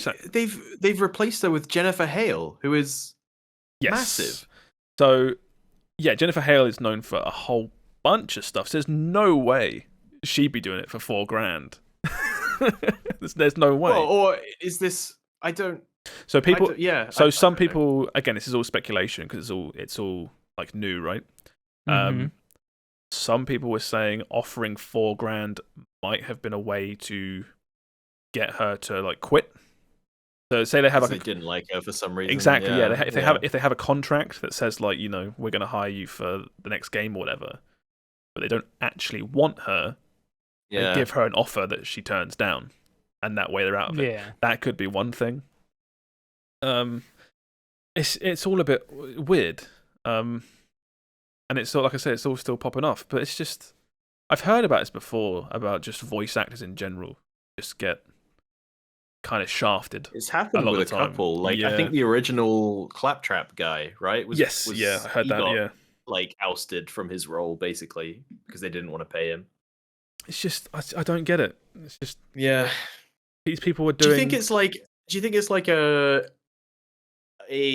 breakdown in like, so you've got a bunch of devs, right, who work on this game for months, if not years, and then they get a voice actor or actress in, and they're there for like 2 weeks, right? And it's like, why are we paying them all this Yeah, money? Like, they're there for not for thinking about what they bring to this role, or that they almost become like an embodiment of the character, or whatever you want to call it. But it's like Mhm. I can almost see somebody in a higher up role being like, we're paying these devs like X amount of whatever money for their man hours and stuff, and then we get some diva in, right? And then we're giving them like $900 an hour or something. It's like, oh, you paying Well, them it's for? tricky as well, because in a lot of games now as well, it's not just voice acting; they're also doing like mocap acting. That's Yeah. true. and stuff like that. Yeah. And like you say, it's like you get someone in for a couple of weeks, and they take up like a quarter of the budget, and you're like, you know what? I'm not going to pay you that much because I feel like it's not fair. Okay, Miss Hale. For the next take, we're going to need you to flip through the air as if you're firing guns from your feet. That's our next scene. Thank you. On action, please. It's weird for me though, because Bayonetta is, and it's it's a family friendly, but like she is a fantasy for a lot of people. So the voice is quite like iconic, and I would have thought they would have put more effort into keeping the original. Even if she's a diva, like people are buying Bayonetta. It's a fun game. I think Josh, you love the series, don't you? I love Bayonetta, yeah. But for a lot of people, like she's iconic as like the fantasy of her hair. You could argue Bayonetta is almost like the new Lara Croft. Yeah, like our generation. Don't know about that. Well, there was a period of time. Basically, the reason Bayonetta took off in the first place is because Bayonetta was introduced as the Devil May Cry alternative when Devil May Cry was kind of naff, and Capcom didn't care about it at the time. Nowadays, Devil May Cry is fucking awesome. Number 5 is amazing, but back then it was like Devil May Cry is kind of like not great at the minute, and we're not really working on it. And also, here's Bayonetta, a game made by the people that made your favorite Devil May Cry. People were like, sick, amazing, I want it. Still a good series, obviously, even now. But yeah, it's like, I don't really know where I was going with this. I kind of just rambling. Okay, question as well. Since I think Josh, you're the only person who plays Bayonetta here. Are you going to get Bayonetta 3? Or? Yeah, I'll be playing Bayonetta 3. Okay. So you're not going to boycott? You're not going to stand with... Well, it's weird because I'll rent it, so it's like I'm not really buying it anyway. That copy is already bought, and someone else just get it instead. So I think what's she saying? She's saying to boycott the game and donate to charity instead. Yeah, use the money you would have spent on it and donate to charity. But like this is getting a lot of attention. A lot of big people are commenting on it. So the one thing that I'm not too sure about that she says is about how she is Bayonetta, which I'm a lot of voice actors though. I kind of feel like I guess, but also it's not your character. You are not that. They can do what they want with it. That's every voice actor or actress at the moment, though, is like, if their character is popular, I'm that character. I will go on all these interview series. And as soon as their character becomes not popular, they're like, oh, it's just a voice role. Yeah. Disassociate me with that person. I just voice that person, but we're not the same. Yeah. I wonder how much like Charles Martinet makes for his roles as Mario. Less than Chris Pratt, I can tell you that for certain. I was going to say, obviously, yeah. I was gonna say, I've seen the tweets of people being like, "This woman trained for ages and is being offered 4,000." Well, Chris Pratt is gonna do a bad Brooklyn accent and get paid millions. It's not fair, man. Not fair. I guess that's another one where they took Mario away from Charles Martinet to give it to Chris Pratt, who is, well, I mean, we all watch the trailer, is going to do a worse job. Well, that's the weird thing is that it's so. He's in the Mario movie, Charles Martinet. Yeah. Like, I don't know if he'll be like, like when I said how, I can't remember the guy's name. Nolan North is in the Uncharted movie, and he's like on a beach, and he's like, "Hey kid, I've been on some adventures as well." And it's kind of sad. Is that what they'll make like Charles Martinet do? They'll give him a tenner. They'll make him be like Mario's aging grandfather or something. Yeah. Like, can I be Mario in the movie for the character I've played for, literally like 20 years? No, but you can be on the TV in the background and we'll give then, it right, 10. and then right, but does he then get paid like 10 times what he would get paid for a Mario game to do a bit part in the Mario movie? You know what I mean? Like, I know what you mean. Yeah, swings and he does like roundabouts. 2 days. He does like an afternoon's work and earns like $50 million or something. Yeah. Probably gets like royalties or something just for being in the background. Yeah, like different ballpark, different ball game, isn't it? Yeah. But yeah, it'll be interesting to see where this goes because Platinum Games have been really fucking weird recently, and it's not nice. I mean, they've always been weird. They just were weird and made good games, so we all sort of were like okay with it. As soon as they stop making good games, it's Blizzard all over again. Oh god, yeah, you're right. Because you've got what was it all the shit with Babylon's Fall and stuff, and it's like okay, yeah, you had a failure, but just be chill and you can bring it back. And now this is happening. It's like shit. It shows how like one or two things can really just change perception on a company as a whole. Yeah. What was you gonna say, Steve? I was gonna say, like Jennifer Hale would have recorded this all like months ago, so this was like. Oh, the game's out in like 2 weeks. Yeah, I assume it's like. Oh, is it? Oh. I assume what's it called? Helena like timed it specifically just before like the 2 weeks. Oh yeah, she obviously of course. Yeah. Or she's actively calling for a boycott, so it makes sense to do that close to release, doesn't it? So it's like when can I make the most impact with this? Probably like 2 weeks before launch. So that's when I'll do it. Yeah. Like boycott Bayonetta 3. When's it out? TBA 2023. Yeah. I don't know. They haven't announced it yet. Yeah. Okay, we'll move on from this. Next story you've got is NVidea unlaunching the 4080 12GB.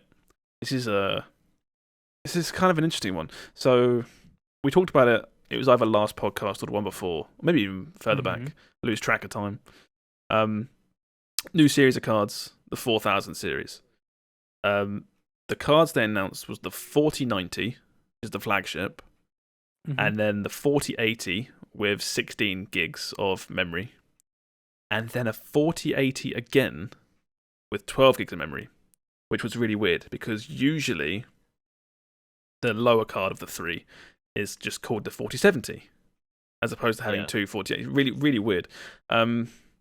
People obviously speculating that the reason they did it this way with two 4080s is so they can take what is essentially 4070 and charge a shit. Yes, prices.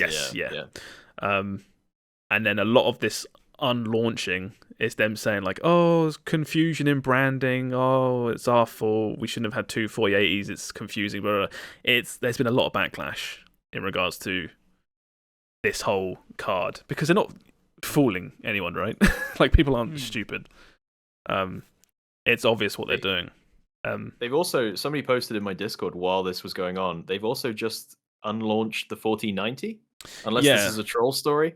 No, so I think that was just posted in our chat earlier by Bedroom, but I haven't read it yet. I'll have to open that. Let's have a look. Apparently, they might be melting.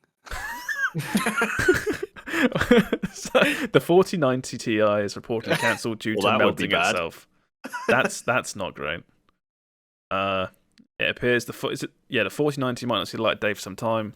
So what is it? So there's just a 4080 left. We're running out of cards to pre-order. NVidea, it's not looking good. Maybe you should sponsor some like podcasts or something. But they've announced 3 cards. And unannounced 2 of them. And unannounced 2 or unannounced / melted. That's crazy. Yeah, I don't know what. The whole like pricing thing is crazy because now it's gotten to the point where prices got raised because of scalpers, right? Oh yeah. Well, it's like okay, these cards are getting ludicrously expensive now. They should also that comes with the understanding that these are premium products. They're not going to explode when I put them in my PC. No, I think. Right? I feel like that's. I think that aside, it's just they had the 3000 series at a reasonable price. I think they were like they started at like 500. I think. But now these cards, people scalped them. People bought scalped cards for ludicrous money, and you've got just NVidea on the side, just watching, being like, you're paying those prices. Pay us those prices instead. Then, yeah. Just cut out the middleman, and just sell them for that price. So this whole launch is a bit weird. Cards have been in a weird place for so long, and I guess like you hear about crypto mining is kind of calming down a bit now as well. Yeah, it's like prices were so inflated for so long. The minute people start talking about cards and prices, my brain just like I hear like seagulls, you know, and crashing waves and things. It's just none of it goes in anymore. The monkey with the symbols. yeah. It's like it doesn't mean anything to me because I know I'll never be able to afford one anyway. So. Yeah. I think well, like I said, the 30 series I think was at like a reasonable price. That might be a good time to look at one of those maybe. 30 series? Okay. Because they're still good. Take your word for it. They're still good cards, right? You don't need to have the best of the best always. Yeah. As long as you can run stuff. Yeah, as long as it's not a 1050 apparently. That's the new that's like in one of those Mario Party mini games, right? And it's like I don't have to win the race, I just have to outrun the 1050. I have to outrun Toad at the back and it's 1050. Yeah. The funny thing is with this is they're melting and it's like the weather's cooled down now. Could you imagine if they released this in summer? Like just catch on fire, basically. But yeah, so that's that news story. The next one you've got here is, so Sony tells regulator that COD players are likely to switch to Xbox even without exclusivity. So what this means basically is we all know about the big acquisition of Microsoft's trying to buy Acti Blizz. Yeah. And it's currently going through the UK, I can't remember what the body's called, but there's a UK regulatory body. Competition something like that. I have a cousin that works for them. Really? Yeah. That's cool. Yeah. So it's currently going through that, and it seems like right now it's just a back and forth of the regulatory people being like, "This is kinda not great," and Microsoft being like, "No, it's absolutely fine, and here's why." What I find funny about this is Sony's like, "Oh, even without any like if." Even if there's no like Xbox has like an exclusive mission or something, people are still going to switch over to Xbox because when Sony are constantly in their games being like, oh look, Spider-Man's exclusive on Avengers on our console. They did this with Call of Duty. Little rat Sony, what are you doing? Yeah. They did this with Call of Duty for years and years. I think it was in this article actually. Let me see if I can find Xbox started it, didn't they, on 360? So so it used to be on 360. I think with like Modern Warfare 2, map packs were like a few weeks earlier on Xbox, and then they did map packs then, and I was like, what's that got to do with it? Wall hacks, wall hacks, and then Sony did the old switcheroo and started doing it. They pay X amount of millions to get it all early, and they had early map packs. They had early. There was like a survival mode in Modern Warfare, the remake. Yeah, the whole bunch of stuff, and now it's been switched around again. And I'm not defending Microsoft because they don't need defending. The big company, but like Sony being like, oh, they're gonna use map packs and stuff to get people to switch. It's like, that's of course so. That's the point. It's what you've been doing for. Like 7 years, and it clearly works because you've been doing it. I also think it's fun. Sony kicking up a big stink about there's all these like you can't let them buy Activision. By the way, Bungie, what are you doing at the weekend?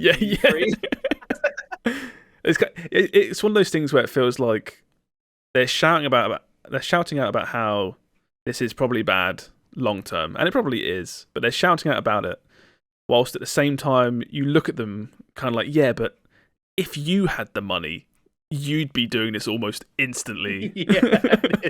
Like you're not tricking anyone. They're just like they're salty because they can't do it. All to like blow over one way or the other, and watch Sony announce they've acquired like 8 more like studios. I guarantee it. So this is just more back and forth. I still think this will go through. I think it will take ages, but it's I think it'll be held up for ages, but I think it will go through. It's just Microsoft sitting there with like literal trillions, right? Yeah, it's like they'll get it through. It'll take ages, and they gotta grease some palms, they gotta tickle some nards, but they'll get it. They'll get there. There'll be Yeah. so many bribes before this is Yeah. over, but it will be over, and they will get it. So Yeah. that's that one. There's a few more we'll go through quite quickly. I'm just doing the headlines because there's not a whole lot here, I don't think. Yeah. Valve has registered trademark Neon Prime for use in game software. Okay, cool. that's Believe it. it when I see it. Yep, no one knows what it is. There's no information. Remember Left 4 Dead 3? That's out there somewhere. Don't Nod has 8 games launching in the next 3 This is- years. Yeah, this is Good- the good for Life is them. Strange people. Don't really care about Don't Nod. And then Man, I keep. Yeah, no, game. Don't Hug Me, I'm Scared is getting a video game. I read this. I've It just not screams watched it at all. just screams mobile game. It's not really news. It'll be like something small or something indie. It's not going to get like fucking AAA open Netflix world. exclusive.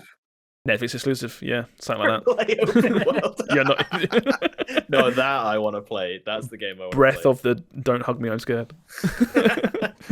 And that's it for the week. I know, Steve, you said you had a lot of upcoming Well, there's- stuff. Yeah, there's some big releases this week. So on the 17th, we have Potionomics, which I actually play. I talked about slightly in last week's episode.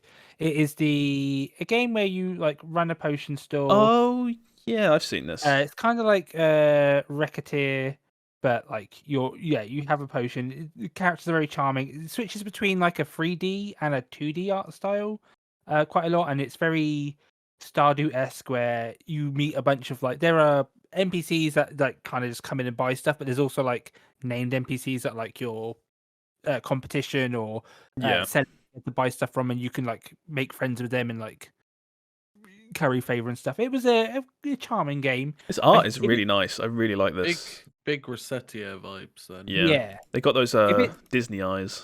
I was gonna say if it's coming to Game Pass, I'm not sure. If it is though, like definitely worth a pickup. If it's cheap as well, worth a pickup. But yeah, It is it's Game Pass, actually. it's the haggling mechanic in this is based around card. Like it's like you get a deck like a hand of cards, and it's like you have to pick the right ones at the right time. It's not difficult. It's not like intense. Yeah. But yeah, it's just a nice little quirky game. But yeah, and then on the 18th we have A Plague Tale Requiem, Oh, which is a big one. I'm really excited for this. Oh, one day I'm gonna play that game. Plague Tale Innocence is fucking awesome. Yeah, Plague Tales. I think it's still on. The first one's still on. Yeah, it is. Yeah, Game and Pass? the next one will be on Game Pass as well. Oh, okay. Yeah, so you could play both at the. Yeah, I'll be I playing will this when say it comes out. avoid the trailers for the second Requiem Yeah. because it is heavily spoiled. I've said before that like the first game ends with something very like massive and big for the story that they Mhm. can't not show in the sequel. Yeah. That's Yeah. kind of like I'm not gonna say like it's your own fault because you know it's not you've had a long time but you haven't played it, but I would say if you can go in blind, try and play the first one first. Yeah. Obviously, It's I played half of it on stream. It's a very like I'll say it's easy. It's kind of like puzzly of like working how to get like through certain guards and certain Yeah. situations.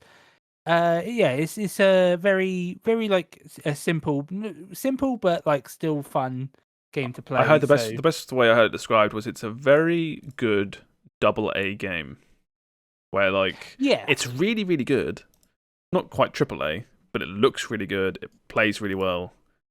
mm, It's a Like little bit smaller in scope. smaller. Yeah, it's kind of like there are certain bits that feel a bit indie or look kind of like they haven't had the budget for like something massive, but it's still an amazing game. Yeah. I played this Yeah. because I'd heard so much about it. People just saying it's good, and I was not blown away, but I really enjoyed my time with this. yeah, especially the rat mechanic in it. Like the way they scurry about is. Yeah, I so- think You can see it in this picture Sorry, here a little bit. there's a rat mechanic. Or you have the whole thing about the game is that there's like a plague and you can scare them away with a torch, but the way they the way they scurry around and move away from the light is really good. yeah. Gadget. Remember Gadget, the rat mechanic? Gadget the rat. What are you talking about? What is that? Go-Go Gadget. people will know. He's just giggling. I have no clue what you're talking about. Gadget hack wrench? No one. From Move, Chip and move, Dale? quickly, Steve. Move on before he goes Rescue mad. Rangers. Oh, shut the fuck up, Rescue Rangers. Okay, the next one is like the one not big game coming out this week. Week I was like, oh, it looks kind of interesting. It's called Nitro Kid. This game looks like Into the Breach, kind of, but it's apparently it's very based on synthwave. And it's like has a card mechanic of the combat. Like it's got the colors. It's all about. Yeah, it looks interesting. It's like there's very combat focused. It was like, I was like, there's so many big games this week. I was like, there must be one like smaller game that looks a bit interesting. This one looks okay. The soundtrack is pretty great if you listen to it, but not gonna listen to it, neon games and the color purple. Name a more iconic duo. Okay, then the next game also out on the 18th, and this is Epic Games Store exclusive, is Ghostbusters Spirit Unleashed. Oh god! This is a Ghostbusters game in the vein of Dead by Daylight, where it's asymmetrical. You've got 4 Ghostbusters. Oh no! And there's different ghosts. It's unfortunately Epic Games Store exclusive, and it being £30 is gonna probably kill this game in the water. But it looks interesting. God, a £30 Epic Store exclusive multiplayer game. Fuck me, dead on arrival.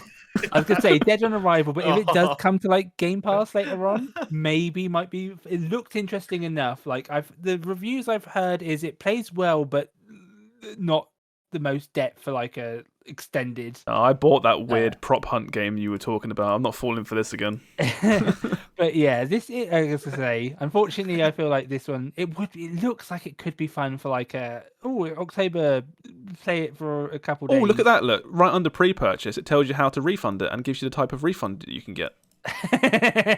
Learn more about refunds. That's confidence right there.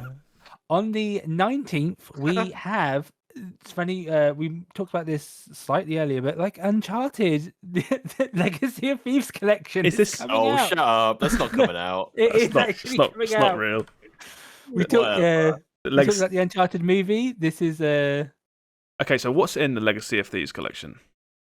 Is it number 4? Okay, it's number 4, and the Lost Legacy, which is not a spin-off, but it's you don't play as Drake in that one. These games are awesome. Yeah, I love these games. I've I've never played an Uncharted game, but I've heard a lot of good things about them. Uncharted 4 was, I said about when I was talking about Stray last week about how in early Uncharted games you used to like climb around by just mashing X and not a lot really happened and stuff like that. Uncharted 4 for me was when it feels like they finally sussed it out what they wanted to do with Uncharted. It's like you can see in this picture here, during combat sections there's like grapple points and you can swing around, and the fight arenas aren't just like kind of linear anymore. You can stealth around and then do like cool jumps and fights and shoots. Really good. Fantastic game. And I remember the Lost Legacy was more open worldy. You got like a truck and you could drive around and do different things. Really, really good games. And it's actually coming out. It's actually coming out. Release yeah, there you go. I believe it when I see it. Unlocks in 2 days. All right, fine. Okay. Next up, on the 20th, we have Warhammer 40k Shooters, Blood and Teeth. This is that orky. This is that like orc looks like a mobile game, but like Lemmings almost. Oh. Teeth is spelled TEEF. Ah, yeah, found it. Oh, this looks terrible. This was announced in the there was like a Warhammer Games thing a while back, and what is this? Worms? What is this? This kind of looks like Worms. I don't think it's Worms. I think it's single player. Oh, it's impossible to bloody search for on Steam. I just typed in 40k Blood and Teeth.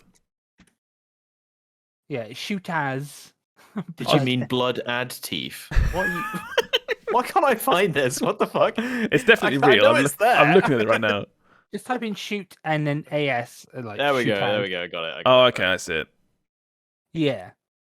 But yeah, Warhammer game, usually these are hit or miss. Probably miss.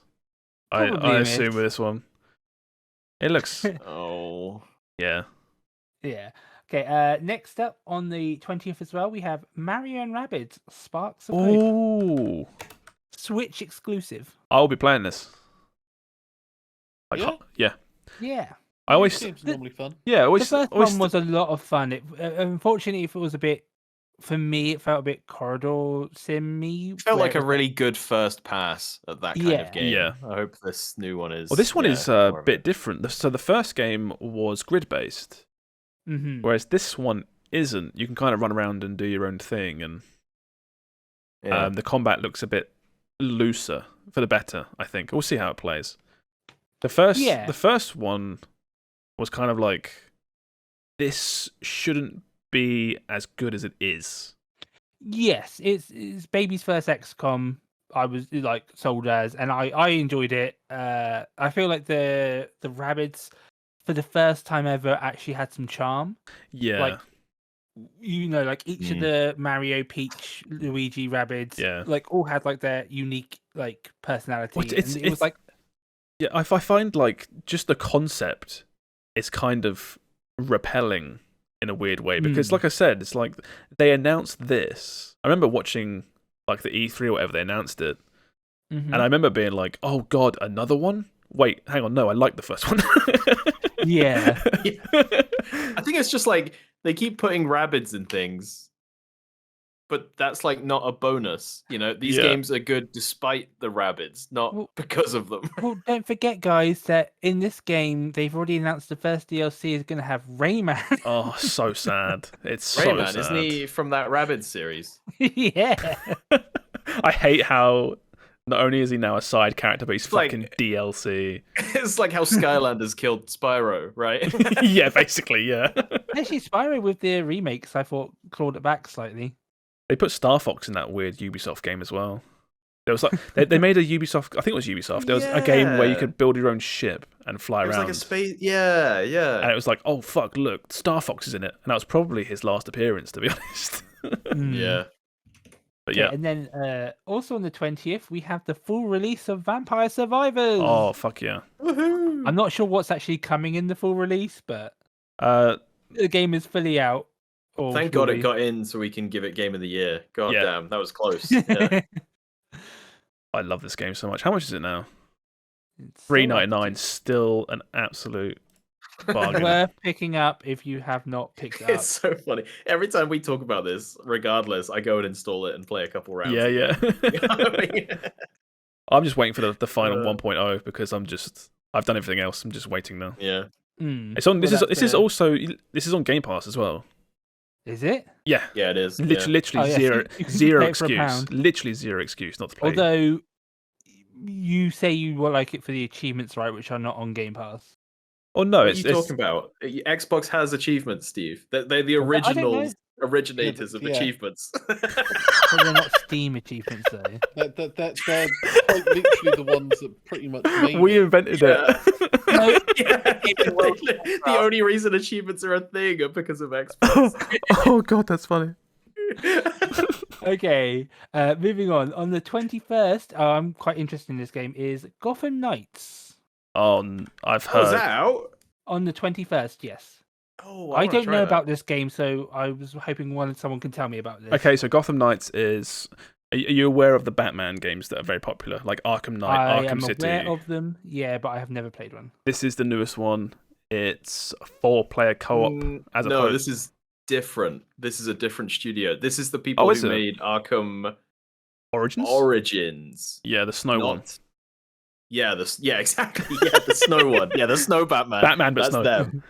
Because the Rocksteady have gone on to make that Suicide Squad game that is now Oh, okay. That's until in next year. that's in development hell right now, I think. That's exactly, yeah. And this is what Okay, so this is okay. So piggybacking off that, it's 4-player co-op. no, 2-player. I thought, why they're 4 characters? Oh my god. Okay, this is a 2-player co-op game. It has like gear score and equipment, I think, Mhm. which is kind of Yeah. a big turn off for me personally. People might like that. It's gotten a lot of bad like press. Every single like trailer they've shown the combats looked kind of ass. And they've also I think if they can capture, if the game can be half as good as the Arkham games, it will still be a fine game, right? Yeah. Although there was actually there was a news story this week. It wasn't really a news story, but it was just something that happened. They came out on their Discord and caused a big uproar by saying that the game is locked to 30 FPS on consoles. Right. Which is... So first of all, it's current gen only, I think. It's not on older consoles. Right, so that's not 30 FPS on old consoles. No, there is. I believe there is no old console version. There's just current gen versions. It's the pre-order.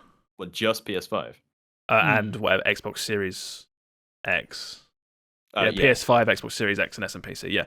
So there's that, and there's also it's kind of weird because even I knew this would happen at some point where we go back to 30 FPS on consoles. But a lot of games currently are doing like performance modes. Yeah. Where it's like the game will look worse, but it'll run at it'll run at 60. People are pissed at that. I don't know. It's just a lot of. I've heard nothing but bad things about this, which might be good. I hope it's good. I just googled it as well, and there's no word of this coming to Game Pass. I was gonna be like, if it's on Game Pass, I'll give it a try. No, this is a proper release. This is a full. Yeah. This will get. I thought this was on Game Pass. No. There's no word yet, but you can always hope. Yeah.